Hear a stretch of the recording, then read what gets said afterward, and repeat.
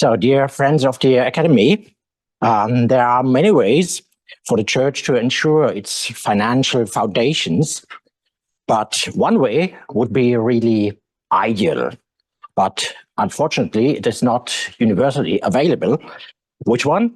You remember the path that Jesus chooses in Matthew 17 to pay the tax debt of the double drachma. You remember that. There we read, "What do you think, Simon? From whom do the kings of this world levy duties and taxes? From their own sons or from other people?" When Jesus answered, "From the others," Jesus said to him, "So the sons are free. But so that we do not offend them, go to the sea, cast your line and take the first fish you bring up, open its mouth, and you will find a 4 drachma piece.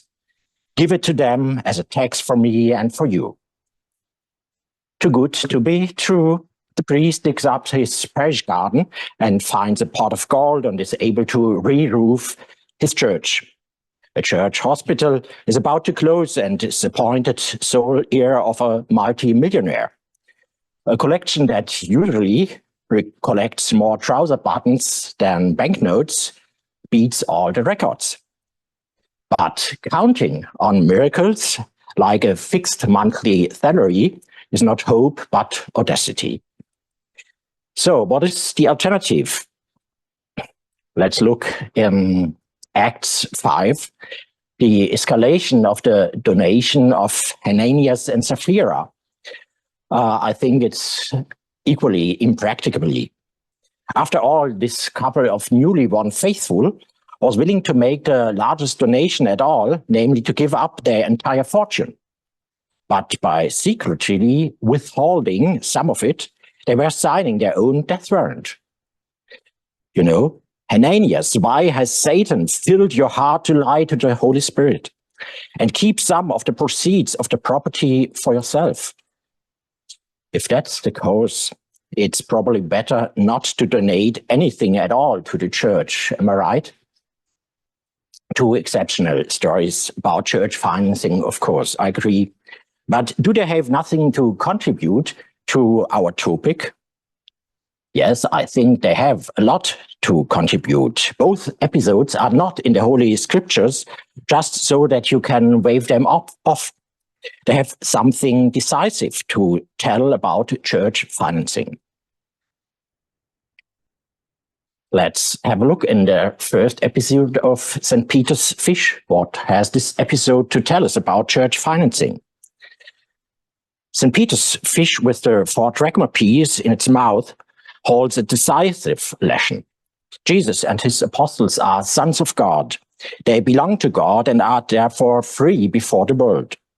Those who live in the world are also subject to worldly constraints, including the need for financial resources. But, and this is the crux of the matter, the search for them must not deprive the church of its inner freedom. So the sons and daughters are free. For the sake of material security, the church must not allow herself to be dissuaded from focusing solely on the Lord and his will.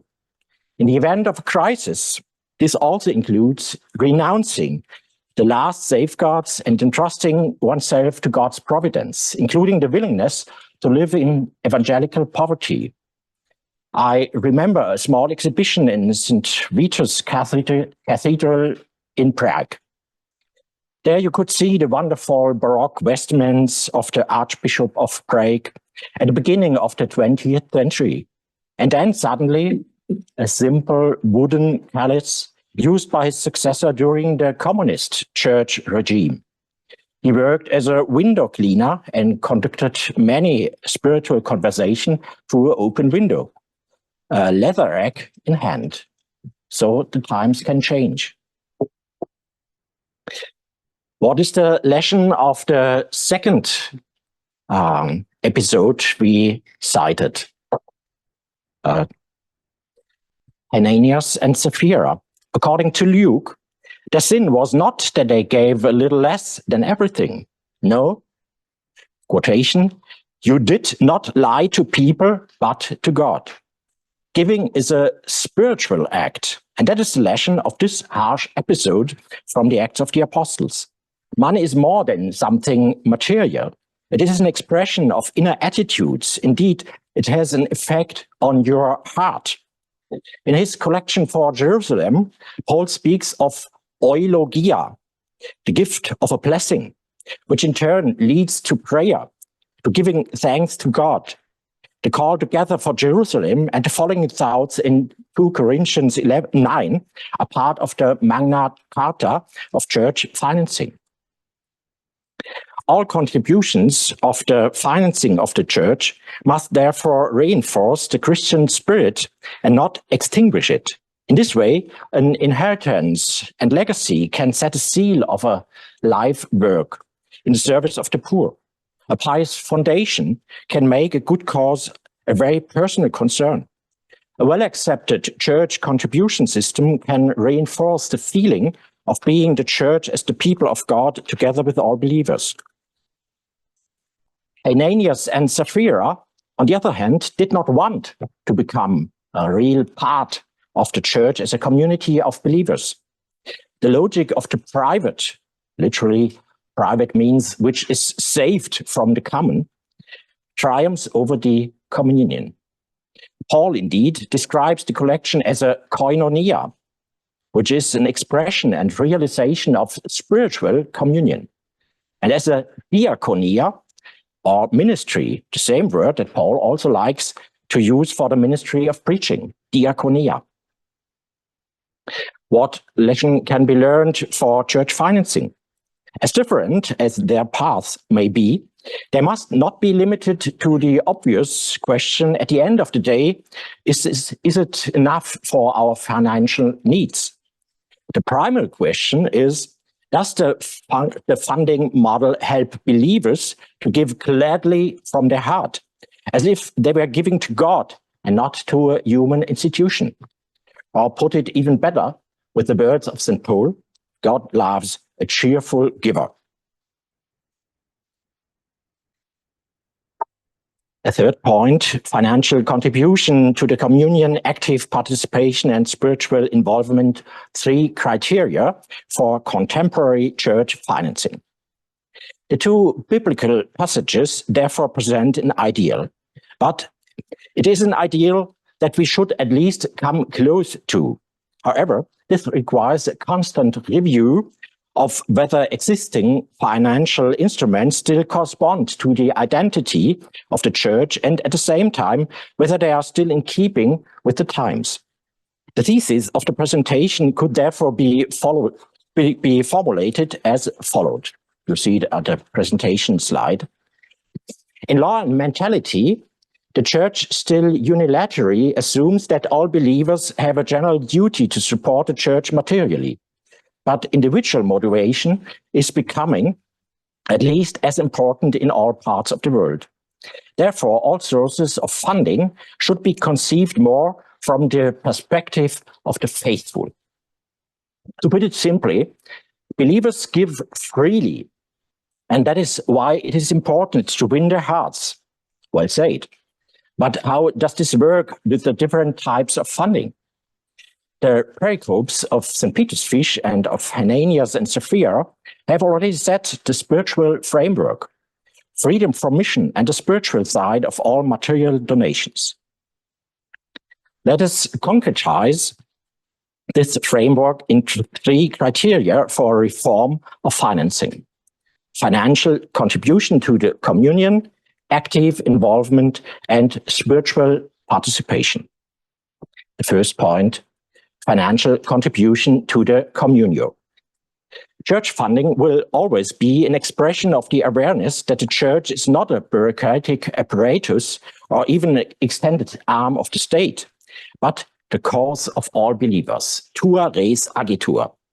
They should be able to say to the church, this is my church.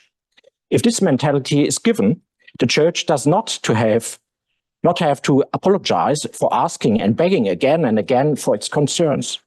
Even St. Paul was not squeamish about fundraising. He says, have plundered other churches and taken money from them to serve you.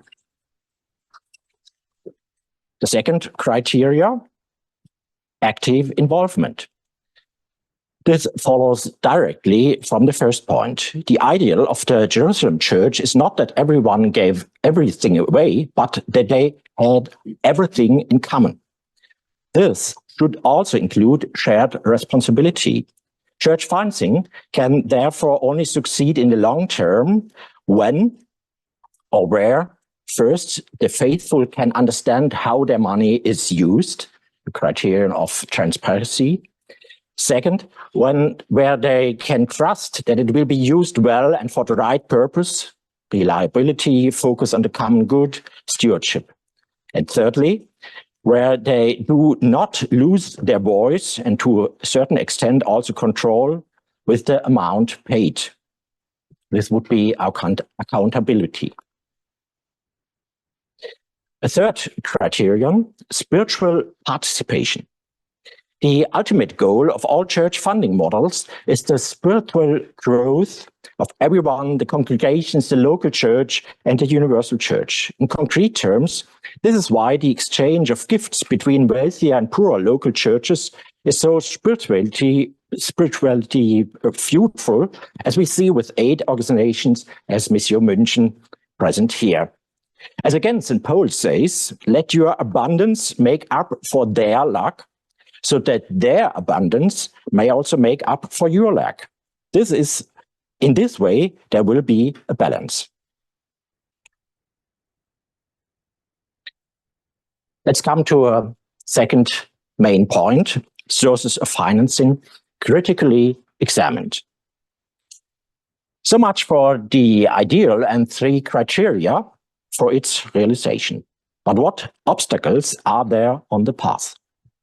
In this second part of the lecture, we will examine the various ways in which the church obtains its financial resources. Despite all the differences in detail, 3 main modes of church financing can be distinguished. First, voluntary donations or gifts from the faithful. Second, management of church assets, real estate, or church businesses, such as a monastery brewery in Bavaria, maybe. Support from the state and local authorities as a third. Church legislators do well not to prescribe a binding model for the universal church. For one thing, the models that have evolved historically have proven themselves. Klaus Unterberger has shown that yesterday. Never change a winning team. On the other hand, there are obviously significant different donation and support behaviors in the various continents, which a church can respect and use, but must not ignore. A short example, in a study of charitable donor behavior in 114 countries, by Christopher Einolf, he could identify clear different donor behaviors in the different cultures and countries. And he shows also religious and cultural influences play a demonstrable role, albeit only at a medium average income. What about non-Western countries with a low average income? They are understandably much more influenced by the economic situation of the population than by mere culture. This would be a field of research in its own right. How can financial participation in the work of the church be realized even with a low average income?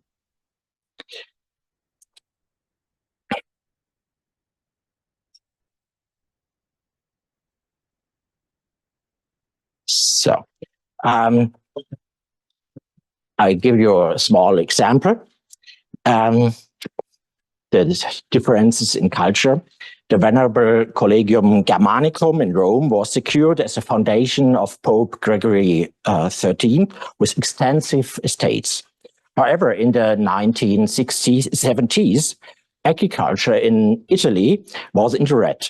It was therefore decided to reallocate part of the property to a stake at the UPIM supermarket in the EUR district. It was, for us students, alumni, an abomination of all what is tradition, but for the realists, there was simply no alternative. So, now the next.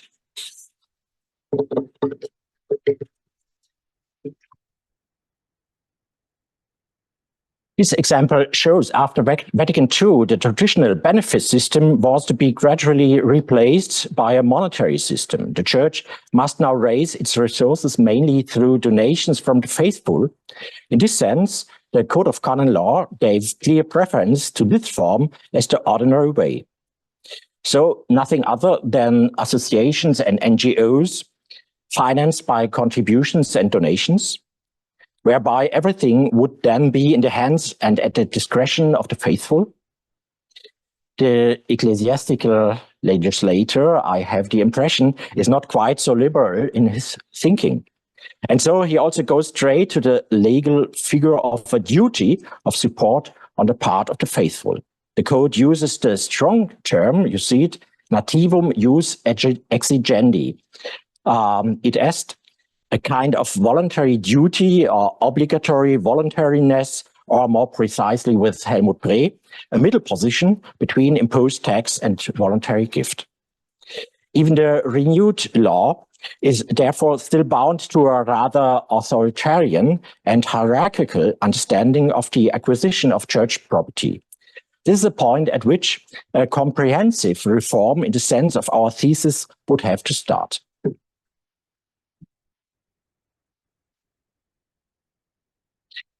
Now, in the rest of our lecture, we want to examine the different three ways of financing the church. And we start evidently with voluntary donations in general and earmarked collections and donations. There is a huge difference between general and earmarked donations. So whether I simply support the church in general or my parish, an initiative in which my children participate, or a special collection for earthquake victims, it makes a big difference, of course.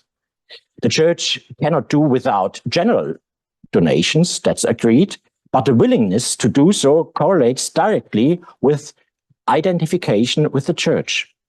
However, this identification is anything but self-evident. Indeed, it is precisely when scandals occur that this leads to a massive drop in willingness to support.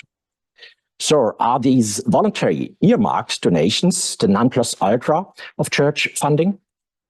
Individuals are convinced by certain projects and support them, be it with the generous individual donations from sponsors or in a kind of crowdfunding through the sum of many small contributors and donations.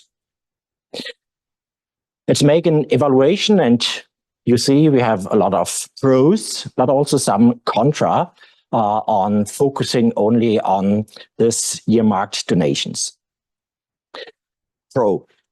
People are critical of institutions, but they do take an interest in important causes and even have a growing desire to do good and be one of the good guys. Just think about a woke wave. Of course, the potential to quickly mobilize a large number of supporters has grown enormously in the age of social media. Church initiatives can and should also benefit from this. Second, each individual believer is respected in their own decision-making authority, their convictions and their biographical and mental ties.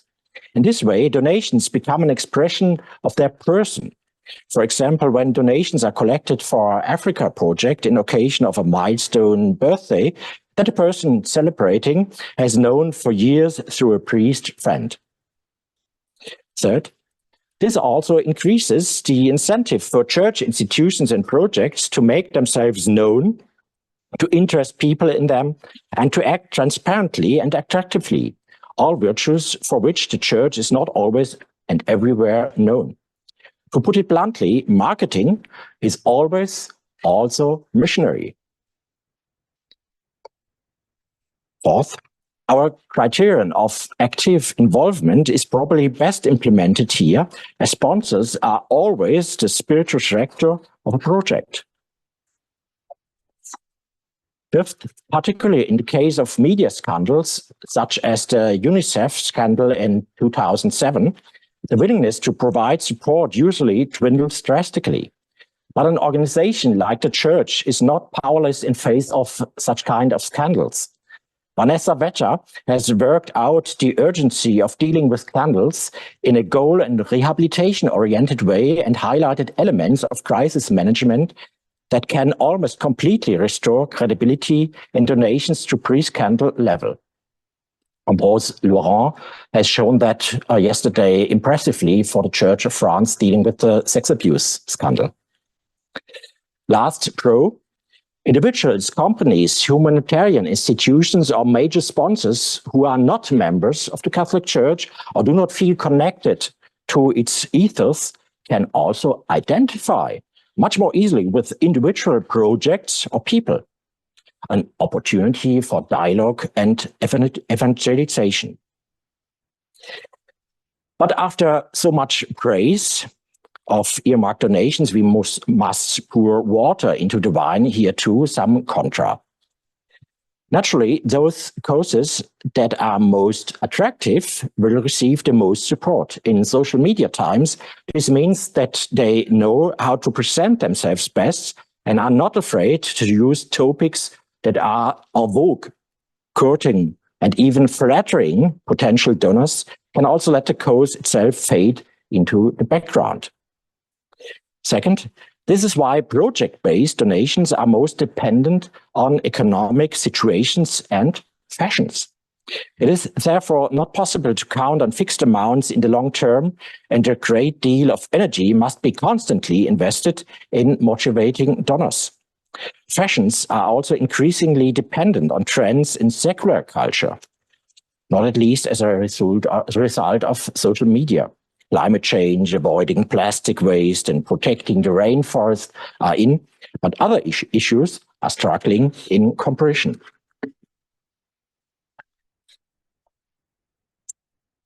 However, this shift is not only reflected in the external presentation, but also in the allocation of resources. One example, the advertising and self-presentation of a large missionary organization increasingly appears more like that of a solidarity agency. One example, in Germany, the carol singers on January 6th, children are going through the streets and they sing of the newborn Messiah in Bethlehem. But today, their mission is not more to bring the faith to the heathen, but they simply say, we ask for donation for children in need. So solidarity, but not mission. The final point, in contra, not generally in contra, but some water in the wine of trusting only in earmarked donations, the psychology of giving. The psychology of giving is really complex. Social conditioning, habit, and environment are more decisive than personality traits. It is often strongly situation-dependent and therefore volatile, depending on disruptions, scandals, but also new interests and incentives, and not reliable on the part of the recipient. As a rule, the likelihood and the amount of donations depends on one owns criteria for responsibility, but also bad conscience and self-help. After all, it is usually not simply altruistic, but must serve the benefit of the donor or their membership of a group according to rational choice. Cost-benefit maximum. Other influencing factors are, as is often the case, gender, age, and social and economic status. All in all, this form of church funding will certainly become increasingly important in the future. However, it cannot become the main source of income because it will leave large areas of church life underfunded, and because anything that is countercultural will find it difficult to raise the necessary funds. Now we examine the second form of church financing, the management of church assets, real estate, and church operations. As Klaus Unterburger has shown, not yesterday, but before yesterday, sorry, this form of church financing has been the most important source of income for centuries. Today, it goes far beyond the traditional systems of benefices, and certainly has a future. Examples for some monasteries, in particular, the management of church businesses has become an important source of income, from the monastery brewery and monastery liquor to guest operations, church cafes, guided tours, sacred music, and marketing of organic agricultural projects to the sale of art postcards, candles, or communion waivers. There are many tempting things about it, so the pros are strong. First, the employees in such businesses identify more easily with the monastery and its goals. In some places, even with a focus on young people or migrants, people who are difficult to place or the long-term employed. Second, attractive guiding principles such as consistently organic farming also attract people who are far removed from Christianity. In this way, these facilities can become a place of evangelization. Third, the products and sales outlets often become veritable advertising media for the monastery and the church. Next, workplace design, products, marketing, and self-presentations embody Christian values. And last, the church is now directly part of the economy and can make a small contribution to its justice, social justice. At the same time, the church learns its law instead of making sweeping judgments from a high vantage point. The monastery also becomes much more part of a communal and regional network, which in turn contributes greatly to the acceptance of the church representatives. But we can mention also some, I would not say contrasts, but some problems of this kind of financing. First, the customer orientation of business is quickly making us forget certain Christian principles. Art postcards are no longer featuring biblical scenes or saints, but very vague spiritual themes or a flat aesthetic.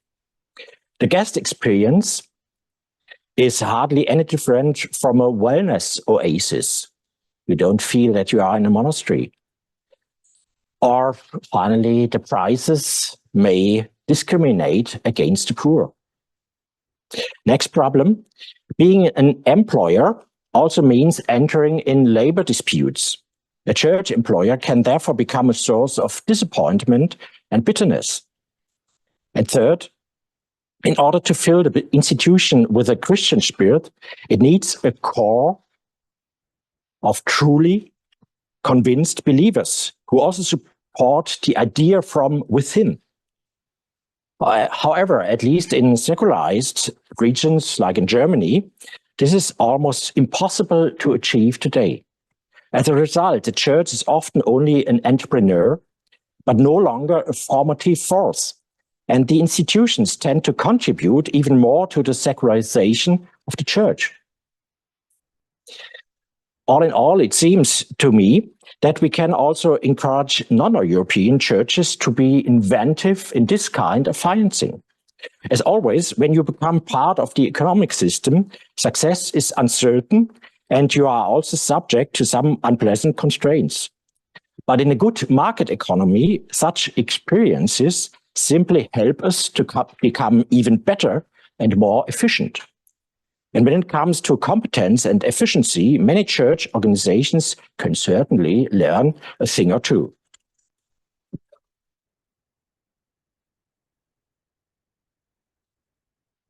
Let's come to the third and last point, and we will dwell a little longer on that. The tithe, church tax, church contribution, and support obligation. Okay, who likes to pay taxes? There's quickly weeping and gnashing of teeth. Nevertheless, taxes in their inventive variety are the normal way of financing public tasks. A modern state would be unthinkable without the enormous amount of taxes and levies. But in the church, in principle, the law recognizes the possibility of ecclesiastical taxes. But it says a moderatum tributum. It is based on the already mentioned jus exigendi. In countries such as Germany, there's even a separate church tax administered by the state tax offices, as Markus Reif yesterday explained, but with a great depotentiation of power through the possibility of leaving the church. That is the big difference to state tax. All systems that systematically demand fixed amounts from the faithful, with or without state assistance, are clearly different in their approach, but parallel in their mode of operation in some respects. Regardless of personal will, benefits can be demanded across the board, thereby securing larger sums in the long term. Let's take a look on the budget of the archdioceses of Munich and Freising, of Vienna and of Paris, large European dioceses whose size is quite comparable with 1.5, 1.1 and 1.3 million Catholics. So,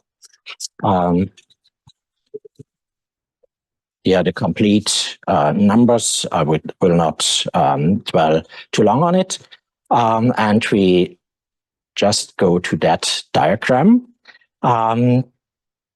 The three colors are Munich, Wien, Vienna, and Paris. And if you look on it, you will remark two things. First, the German church tax system generates 7 to 9 times as much as the dioceses in the Austrian and French capitals. You see it here in the blue line. Secondly, and this is significant in our context, despite all differences in the system, this kind of general contribution by a kind of tax and general donation of the faithful is by far the most important factor. You see, it's the same also in Vienna and also in Paris. Which means, in principle, general contributions from the faithful in these forms are by no means illegitimate. Nevertheless, this creates a very institutional idea of the church. This had its time, but one must ask whether it is not becoming increasingly anachronistic. After all, in countries like Germany, this institutional church is only present for most believers through a mixture of public opinion, media, and cliches. For example, if you specifically ask about people's experience with their parishes, not with the church as such, but with your parish, you will find that many of them have a great distance to parish life, but also an astonishingly high number of personal impressions, from parish newsletters to attendance at liturgies or the significance of their own church tower, or, if applicable, a church cemetery. Incidentally, this is also an argument for the preservation of manageable congregations with the motto, smaller congregations have higher per member giving.